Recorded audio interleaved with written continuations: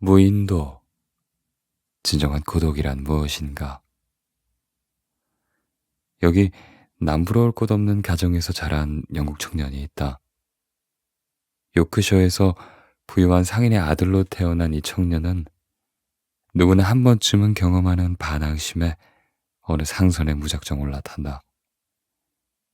낭만을 알고 기분 파인 그의 이름은 로빈슨이다. 오직 바다의 법칙만 존재하는 곳에서 로빈슨은 자유를 느낀다. 로빈슨은 브라질에서 농장 일을 하며 살아가다가 얼마 되지 않아 아프리카로 향하는 배에 다시 올라탄다. 그런데 이번에는 배가 엔틸리스 제도의 망망대해에서 난파하고 만다. 맨몸으로 혼자 살아남은 로빈슨은 무인도에서 28년 하고도 2개월 19일을 살게 된다. 로빈슨은 그 무인도를 절망의 섬이라 부른다. 데니얼 디포의 소설 로빈슨 크루소의 이야기다. 작가가 알렉산더 셀커크란 사람의 이야기에서 영감을 받아 그렇게 지은 이 소설은 완전한 허구는 아니다. 5개의 항구라는 뜻을 가진 생크포로에 탄 수석선원 알렉산더 셀커크는 반항적인 인물이었다. 배가 자초되자 그는 현무암으로 둘러싸인 섬에 내렸다. 칠레 해변 쪽 태평양 한가운데에 있었으며 현재는 로빈슨 크루소의 섬이라고 불리는 마사티에라였다.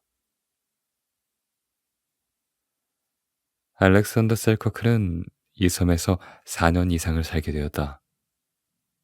수중에 있는 생존 도구로는 총알, 탄약, 부싯돌, 담배, 작은 토끼, 칼, 주전자, 측정 도구, 성경과 찬송가 악보집이 전부였다.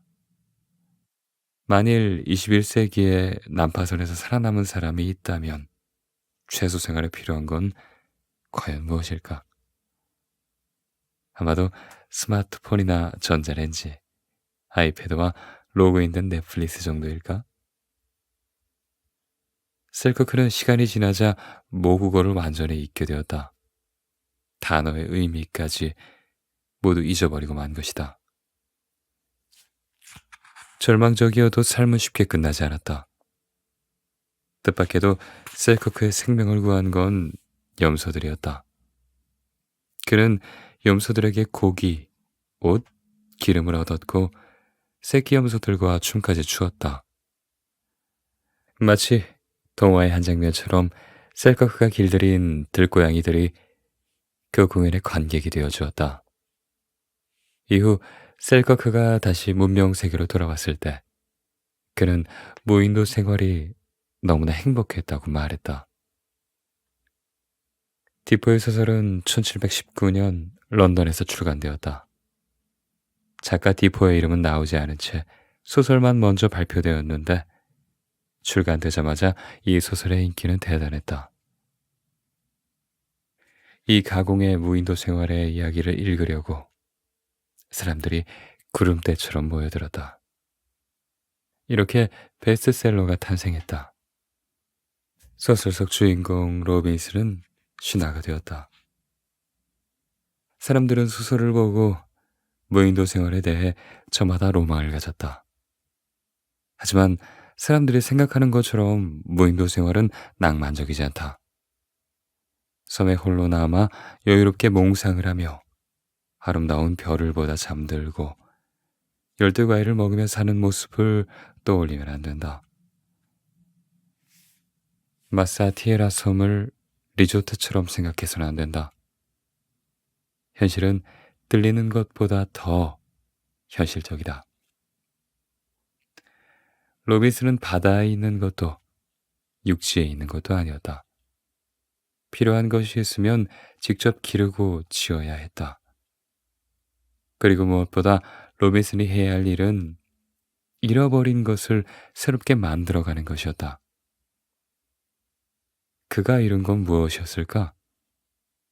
단순히 언어를 잃고 뜻을 잊은 것은 아니었다. 그는 나라, 사회, 그리고 문화를 잃었다. 그리고 깨어있는 매 시간 노동을 해야 했고 비어있는 것을 채우는 게 하루하루의 중요한 일과였다. 비어있다는 것은 야생과 동의어다. 그래서 로빈슨은 일하지 않는 시간에는 성경을 읽었다. 로빈슨에게는 신조가 있었다. 신은 오직 한 분이다. 사유재산은 노동과 땀의 결과물이라 성스럽다. 자연은 개발의 대상이다. 게으름과 말초적인 쾌락에 몸을 맡기지 않는다. 등등. 하지만 우리는 로빈슨의 모험 이야기를 보면서 완전히 다른 것을 상상한다. 되찾은 에덴 동산 같은 무인도에서 누릴 그런 즐거움을 꿈꾸는 것이다. 구속이나 의무도 없이 바다와 하늘, 소금과 모래를 벗삼아 사는 지극히 여유로운 생활이다. 야생의 자연은 어디에서 찾을 수 있을까? 관광이 자연을 빼앗아간 지금, 낙원은 어디에서 만날 수 있을까? 현재 우리는 남들이 가는 관광지나 장소에 가고 모두 똑같은 곳을 여행한다. 지구는 거대한 놀이공원, 파괴적인 관광산업의 먹잇감이 되었다. 더 이상 자연을 그대로 보존하는 곳은 없다. 자연 풍경은 모두 획일화되고 오염되었다. 새로운 로빈슨이 있다면 아마도 환경운동가가 되거나 미니멀리스트가 되거나 세상의 종말을 이야기하는 사람이 될 것이다. 소설은 미국의 드라마 로스트 속 무인도 생활과는 완전히 다르다. 이 드라마 속의 등장인물들은 무인도에서도 자신만의 운명을 개척하면서 유쾌하고 도전적인 분위기를 만들어가는 반면 디포의 소설 속 주인공은 무인도에 정착한 후에 죽어라고 일만 한다. 마치 현재 우리 모습을 비추는 슬픈 자화상처럼 보인다. 하지만 여전히 우리는 로빈슨의 이야기에서 무인도에 있고 싶은 욕망, 일에 시달리지 않고서 혼자 여유롭게 사는 삶을 꿈꾼다. 해야 할 일, 정리하고 체크해야 할 일, 꼭 가봐야 할 곳 등이 널린 바쁜 삶에서 거기에서 벗어나 홀로 하고 싶은 대로 사는 로빈슨 크루소가 되고 싶은 것이다. 유명한 관광지와 풍경, 레스토랑과 축제라는 구성으로 획일화된 관광이 아니라 내가 원하는 삶을 꿈꾸는 것이다. 왜 늘 바쁘게 움직여야 할까? 왜 쉬지 않고 악착같이 소비하며 매번 흥분과 열정을 느껴야 할까? 우리는 로빈슨이 되어야 한다. 우리는 우아한 여유로움을 만들어야 한다. 미국의 자연주의자 피터 매티슨처럼 말이다. 매티슨은 1973년에 티베트와 국경을 마주한 네팔로 탐사를 떠났다. 극한의 환경에서 군림하는 전설적인 맹수인 눈의 표범을 관찰하기 위해서였다. 탐사를 마치고 돌아온 매티스는 수많은 사람들에게 눈의 표범을 실제로 보았느냐는 질문을 받았다. 매티스는 이렇게 대답했다. 아니요. 그래서 더 멋지지 않습니까? 아름다움을 쫓아다니지만 말고 아름다움을 통해 예상치 못한 감동을 느낄 수 있도록 감각을 갈고 닦아야 한다. 세상을 끝없는 말초적인 자극과 흥분으로 채우지 말자. 우리가 보내는 시간을 끝없는 분주함으로 채우지 말자. 혼자 있는 시간 자체를 소중히 하고 고독이 찾아와도 자연스럽게 받아들이자. 진정한 고독을 즐기려면 계속 무언가를 하면서 휴식 시간을 방해하지 말아야 한다. 분명 그게 쉽지 않다는 걸 안다. 우리는 이미 바빠야 한다는 강박관념에 익숙하기 때문이다. 마치 무언가를 계속해서 한다는 것을 끊임없이 증명해내야 하는 그런 세상에 사는 것 같다. 하지만 삶에서 진정으로 가져야 할 태도는 그런 게 아니다. 자존감을 높이기 위해선 자기애를 가져야 한다고 말한다. 어디서든 진정한 나 자신을 찾는 것이 진정한 나르시시즘이다. 비어있는 것이 두려운가? 꾸미지 않은 있는 그대로의 자신과 마주하는 것이 불안한가? 완벽한 로빈슨의 모습은 디포의 소설에 나오는 것처럼 무언가를 하면서 정신없이 시간을 보내는 게 아니다. 침묵의 위대함, 여유로움의 위험을 실험해보는 야심 있는 로빈슨이다. 그리고 진정한 자신과 함께 한다면 그곳은 진짜 무인도일지라도 무인도가 아닐 것이다.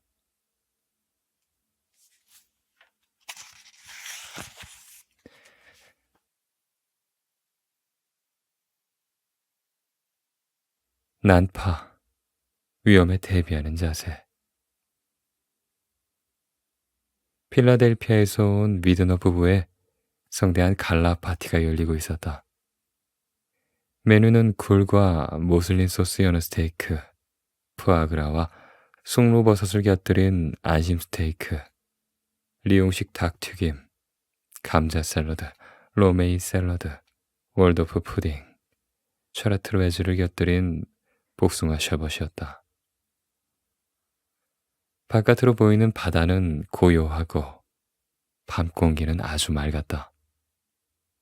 저녁 7시, 때는 1912년 4월 14일 일요일, 타이타닉호 아니었다. 저녁 10시 30분, 북쪽으로 몇 마일 떨어져 있는 영국 상선 레퍼 해노코가 무선 통신을 보내왔다.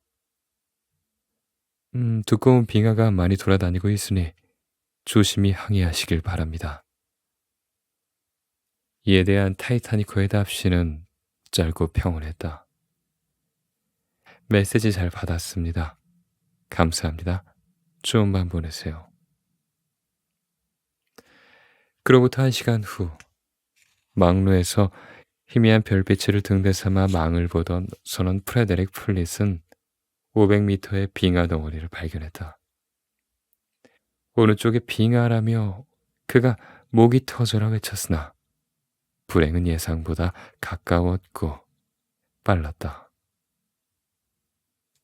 타이타닉호는 커다란 빙하를 피하려고 했으나 실패했고 금속판과 강철판으로 되어 있던 배의 오른쪽 부분이 빙하와 부딪히며 갑판 위에 수백 개의 빙하 조각이 쏟아졌다. 많은 사람들이 빙하가 부딪히는 걸 목격했지만 대개 사람들이 자신의 불행을 예감하지 못하는 것처럼 그들도 위스키에 빙하 조각을 넣어 마시자는 농을 주고받으며 이 일을 인상 깊은 술안주 정도로만 여기고 있었다. 그리고 얼마 지나지 않아 폭포수처럼 거센 물이 배 안으로 들이닥쳤다. 승객은 3,500명이 넘었고 배에 구비된 구명보트엔 전체 승객의 3분의 1 정도만 탈 수 있었다. 타이타닉호의 잔해는 1985년 뉴펀들랜드에서 남동쪽으로 650km 떨어진 바닷속에 있었다. 바닷속의 깊이는 약 4,000m였다. 미국과 영국은 2003년에 밀려드는 관광객들과 보물선 사냥꾼으로부터 타이타닉호의 잔해를 보호하기 위한 조약을 맺었다. 이는 타이타닉호 승객들의 마지막 여행을, 그 여행을 기억하기 위한 조약이기도 했다. 타이타닉호처럼 난파한 사고는 1824년부터 1962년까지 전 세계적으로 약 1만 3천 건, 연간 약 100건이 있었다. 난파를 뜻하는 프랑스어 노프라주는 깨다, 부수다를 의미하는 라틴어 프랑제레에서 유래했는데 바다는 재난과 단절을 의미하기도 한다. 바다는 생이 시작되는 곳이자 끝나는 곳이며 누군가를 살리기도 하지만 죽이기도 하는 곳이다. 사고가 일어나면 바다는 삶의 끈을 확실히 끊는다. 바다는 삶을 정확하게 두 기준으로 나눈다. 태평하고 행복했던 이전과 1912년 4월 14일의 밤처럼 차가운 이후로 말이다. 이별이란 무언가를 잃는 것이다.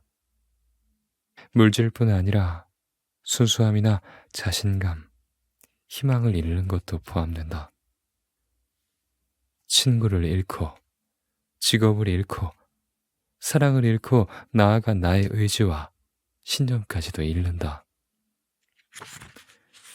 이별은 항상 우리 자신이 약하고 아무것도 할 수 없다고 느끼게 한다. 우리는 이별을 경험하면 더 이상 우리가 있을 곳과 우리가 가려고 하는 목적지가 어디인지 정확히 알지 못한 채 방황한다. 살다 보면 이런 일은 바다에 파도가 치는 것만큼이나 일상적으로 일어난다. 사소한 것들로 인해 나쁘게 평가받거나 심각한 타격을 입기도 한다. 바다가 선사하는 불행처럼 어떤 것도 확실하게 보장되지 않는 게 인생이다. 그렇다면 정말 위험이 닥쳤을 때 우리는 어떻게 해야 할까? 바로 도망치는 것이다. 분명하게 말하면 주랭랑치는 것이다. 도망치는 것 자체가 도움이 되기도 하지만 피하는 것 외에는 다른 방법이 없다고 솔직하게 말하는 용기이기도 하다. 바다가 나를 집어삼키려고 할 때 맞선다고 이길 수 있을까? 힘도 안 되면서 무턱대고 적과 맞서는 건 의미가 없다. 실제로 내가 가지고 있는 힘이 어느 정도 되고 이번 싸움은 승산이 있는지를 면밀하게 살펴야 한다. 공공기관 안에서 일어나는 특혜에 대해 비난하겠다고? 무능한 상사에게 무능하다고 솔직히 말하겠다고? 잘못된 시스템을 모두 개혁하겠다고?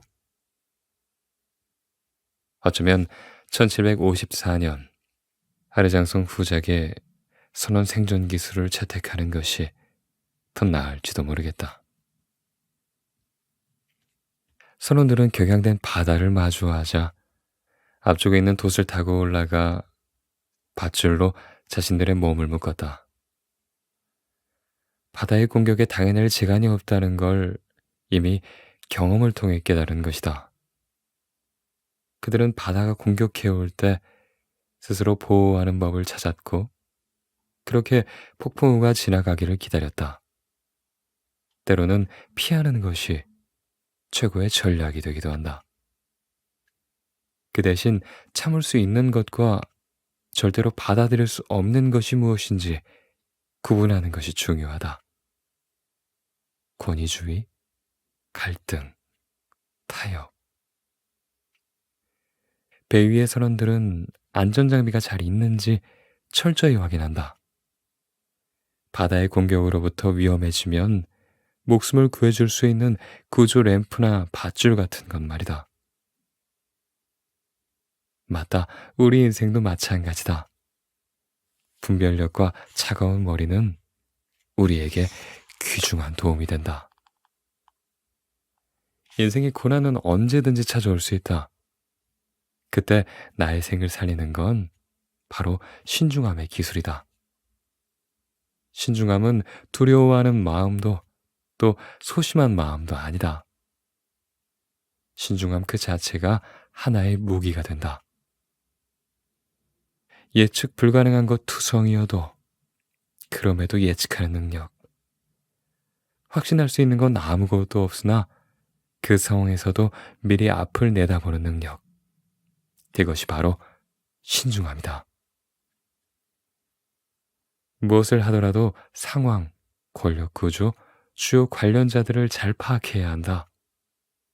행동이란 건 앞을 잘 바라보는 항해와 같고, 신중함의 중요성은 말하고 또 말해도 아깝지 않다. 신중함이란 건 피해자가 발생할 수밖에 없는 과격한 싸움과는 정반대의 입장이다. 과격한 싸움에선 우리도 피해자가 될 수 있다. 따라서 신중함이 가장 대담한 태도일 때가 있다. 무절제하게 쓰는 것이 아니라 절약하는 것이다. 밧줄로 몸을 앞쪽 돛에 묶고 폭풍우가 지나갈 때까지 기다린 선원들처럼 결투장의 모래밭에서 땀과 피를 뿌리지 않고 사태를 지켜본다. 절대 충동적인 행동은 안 된다. 욱하는 태도는 좋은 것도 아니고 해결할 수 있는 것도 없다. 서둘러 결정하지 않고 여유를 가지고 상황에 주의를 기울이는 편이 낫다. 엘리자베스 캐서린 장교의 이야기를 반면교사로 삼아야 한다. 1734년 배를 타고 가던 엘리자베스 캐서린 장교는 마넨 성당의 종탑과 코르도바의 등대를 혼동해 방향을 잃었다. 타이타니코가 침몰하기 직전에 교대팀을 소집하지 못한 타이타니코의 사령관 에드워드 스미스는 또 어떤가? 신중함은 아무리 강조해도 지나치지 않다. 바다의 운명은 침몰의 위험, 건강과 재산을 잃을 위험을 부드럽게 나타낸 표현이다. 바다의 운명은 끝없이 돌아가는 운명의 바퀴와 같다. 운명의 바퀴는 우리의 삶에 좋은 일과 나쁜 일, 성공과 실패를 가져다 준다. 인생이란 한순간이고 확실한 것은 아무것도 없다. 그러나 우린 살아있기 때문에 우리에게 숨겨진 자원, 특히 신뢰의 자원을 발견할 수 있는 그 기회를 얻을 수 있다. 신중함과 신뢰는 함께 간다. 신중함이 없으면 우리는 재능을 낭비하고 자존감에 타격을 입는다. 신뢰가 없으면 어려운 상황을 극복할 수 없다고 생각해서 쉽게 포기한다. 우리가 모든 것을 통제할 수는 없지만 그렇다고 주변 상황을 활용해서 주체적으로 행동하지 못하는 것도 아니다. 따라서 신중함과 신뢰를 언제나 마음속에 간직하는 것이 좋을 것이다.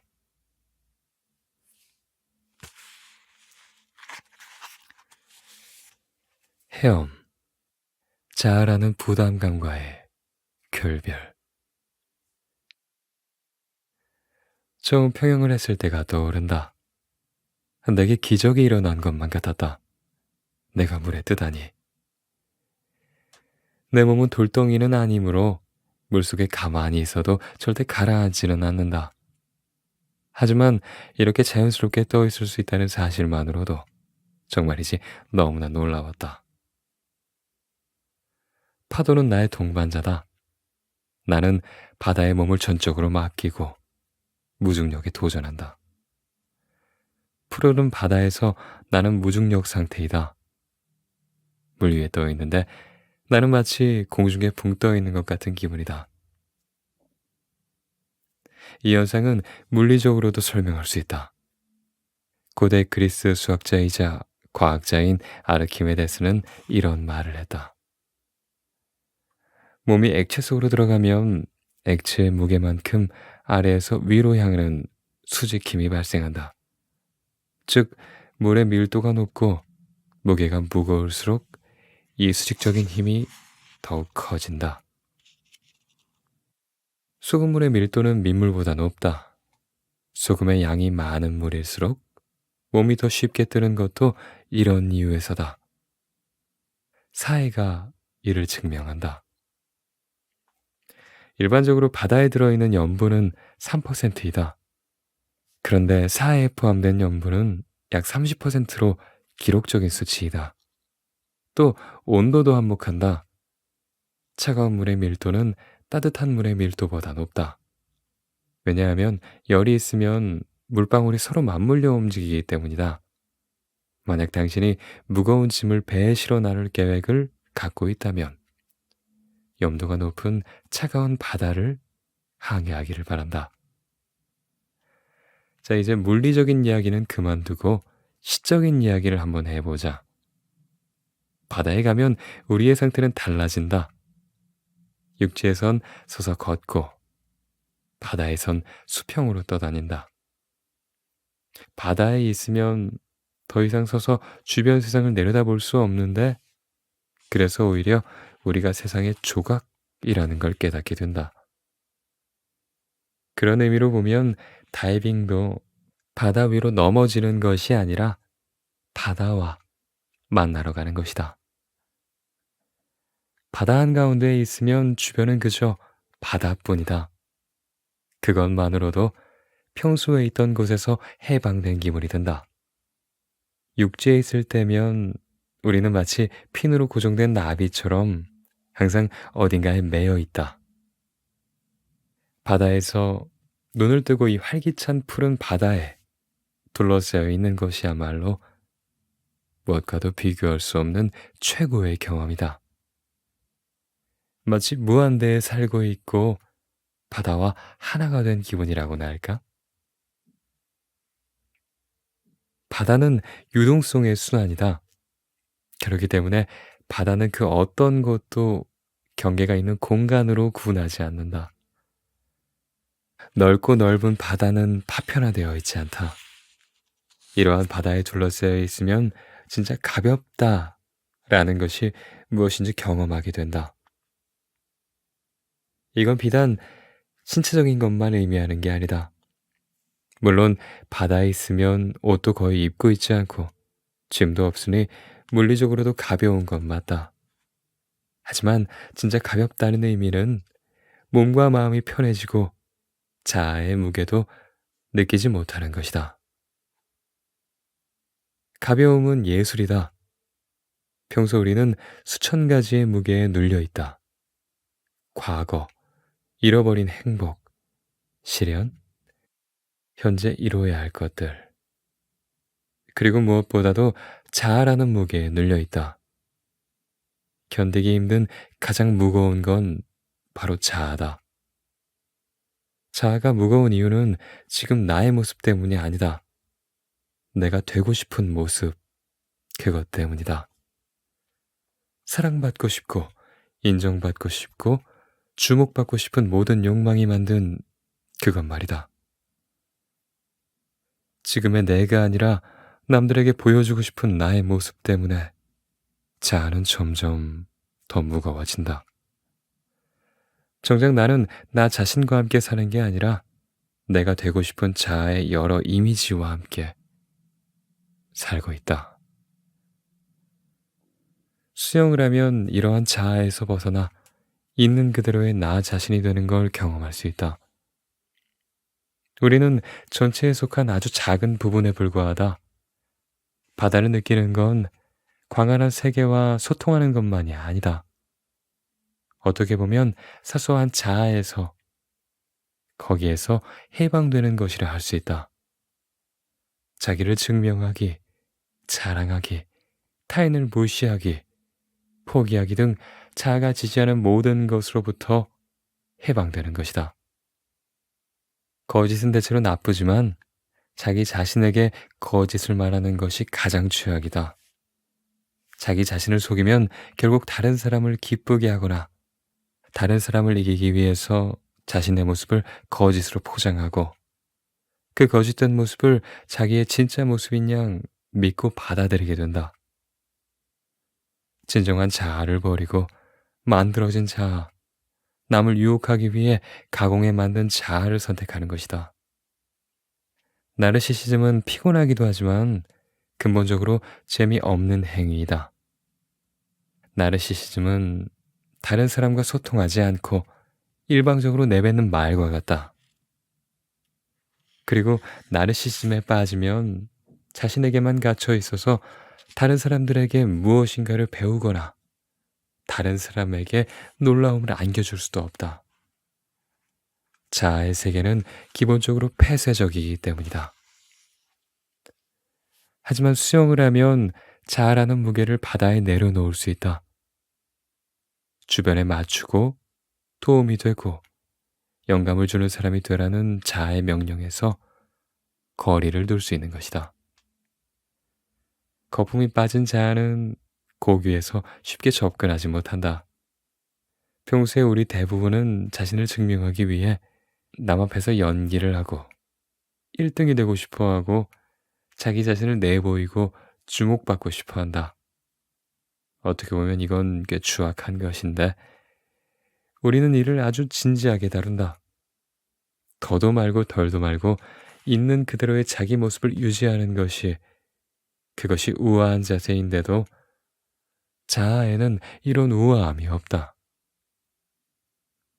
수영은 나르시시즘을 덜어내는 연습이다. 내가 정한 목표를 꼭 이루고 싶어서 조바심이 든다면 시장에서 팔릴 만한 상품처럼 나 자신을 포장하겠다는 자아와 그것과 결별함으로써 그 조바심을 떨쳐버릴 수 있다. 그 이후에 내가 얻는 것이 뭐냐고? 그건 자유, 무중력, 그리고 영원하다는 것에 대한 합리적인 의심일 것이다.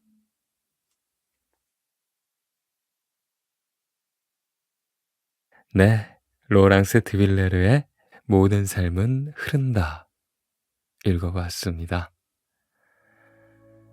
삶의 지표가 필요한 당신에게 바다가 건네는 말. 뭐랄까, 저는 이 책의 표지가 되게 마음에 들어서 읽어보고 싶었어요. 그동안. 그렇죠. 바다를 굉장히 좋아하거든요. TMI인데, 바다를 굉장히 좋아합니다.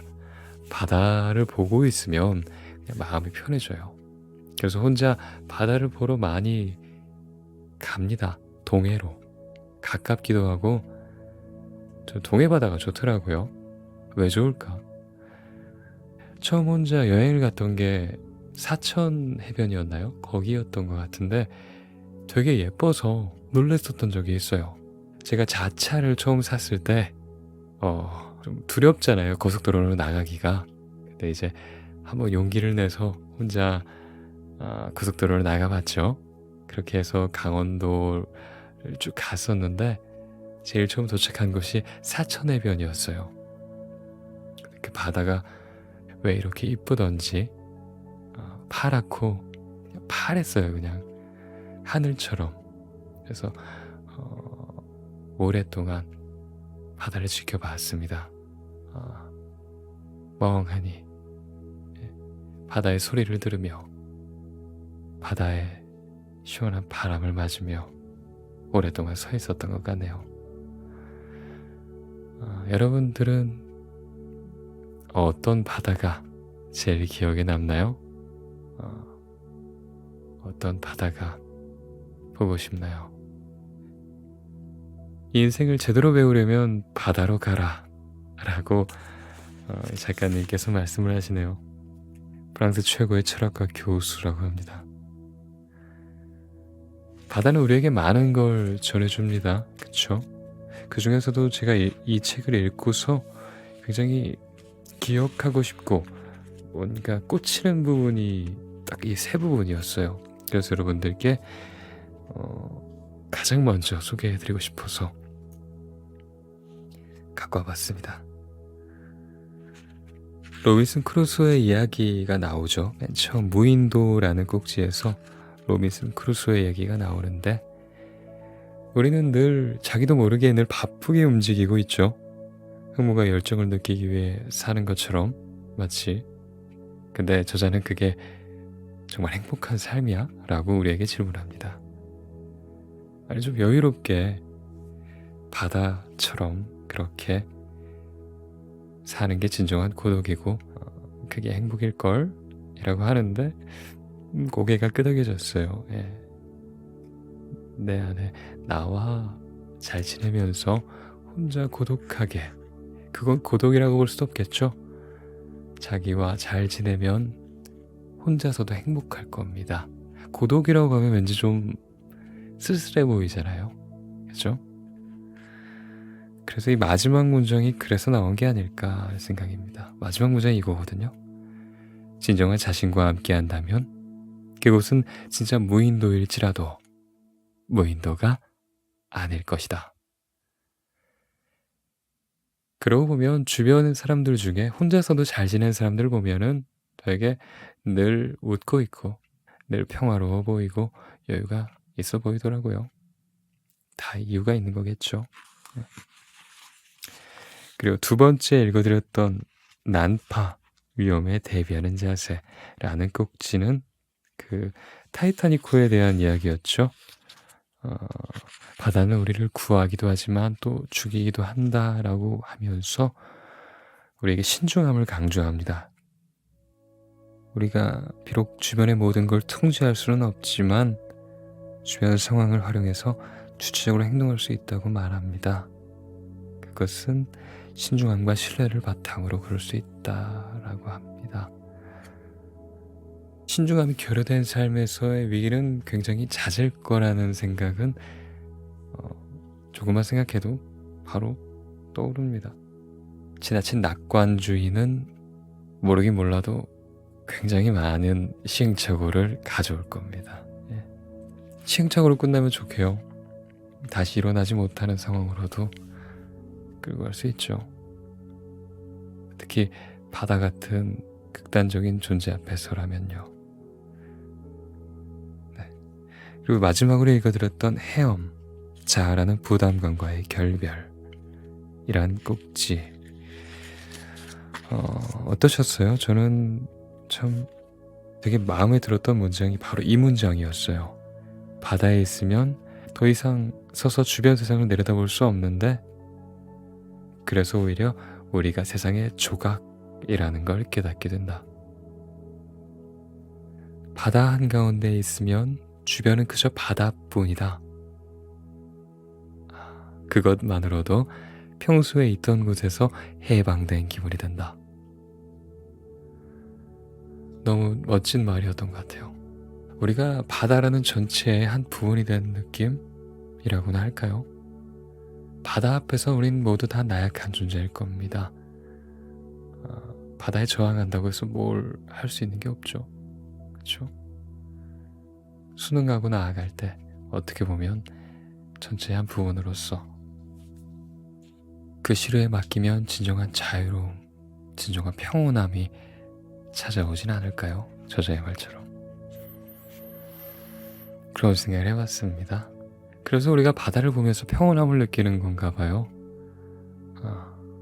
저 넓은 바다를 보며 평온함을 느끼고 여유로움을 느끼는 게 그런 의미가 담겨 있을지도 모른다는 생각을 문득 해봅니다. 그래요. 여러분들은 어떻게 생각하셨는지 모르겠네요. 사실 하나의 글을 보고도 우리는 다 다른 생각을 할 수 있습니다. 그게 틀린 게 아니에요. 그렇죠? 넌 그렇게 생각했니? 나는 이렇게 생각했는데 넌 나랑 생각이 좀 다르구나. 그럴 수 있어. 라고 하는 편이 좋아요. 예, 저는 그게 좋습니다. 오히려 야, 너 그거 그렇게 생각했어? 아니, 그거 틀려. 내 말이 맞지. 이게 맞아. 라고 하는 건 좀 유화적인 발상인 것 같고요. 살다 보니 결국 다 다른 게 아닌가. 물론 가끔은 우기고 싶을 때도 있지만 그래도 결국 우리가 추구해야 할 방향성은 둥글둥글한 어떤 바다와 닮아 있어야 하지 않나. 물 같은 그런 사고방식을 가져야 하지 않을까 생각해 봅니다. 그래야 여유가 찾아오는 거고 평온함이 주어지는 게 아닐까, 선물처럼. 그렇게 생각해 봅니다. 그래요. 저도 모르겠어요. 가끔 어쩔 때는 내가 정말 소통을 하나? 나르시즘인가 뭔가 일방적으로 뭔가 누구에게 내 생각만 이야기하고 있지 않은가 이런 생각 많이 할 때가 있는데 어 그런 생각이 들 때 또 저도 남 생각을 굉장히 많이 한다는 생각도 들고요. 또 배려도 많이 하려고 노력하고 보면 내 자신이 좀 기특하기도 하고 그렇게 또 나만 생각하고 남들은 등한시하는 그런 나르시즘은 아닌 것 같다는 생각도 들어요. 예. 혹시 스스로를 나르시스트라고 착각하고 뭔가 좀 '나는 왜 나밖에 모를까? 난 왜 이렇게 이기적일까?' 생각하시는 분이 있다면 음 그러지 마시길 바랄게요. 저도 그런 생각했었고요. '저도 저만 아는가? 나 내 멋에 사나?' 이런 생각도 했었는데 아닙니다. 아니에요. 다 사람들 그래요. 그런 부분이 일정 부분 갖고 있어요. 그러니까 너무 자기 자신을 자책하지 말고요. 그렇게 사셨으면 좋겠어요. 그런 생각하고 있는 사람들이 오히려 남들을 위해서 살더라고요, 보니까. 정말 이기적인 사람은요, 자기밖에 모르는 사람들은요, '내가 이기적일까? 내가 나밖에 모르는 걸까?' 하는 생각조차 하지 않습니다. 그래요. 이제 말이 길었죠. 오늘도 안녕히 주무시고요. 저도 꿀잠 자러 가보도록 하겠습니다. 네. 또 좋은 날 만나요. 갈게요. 안녕.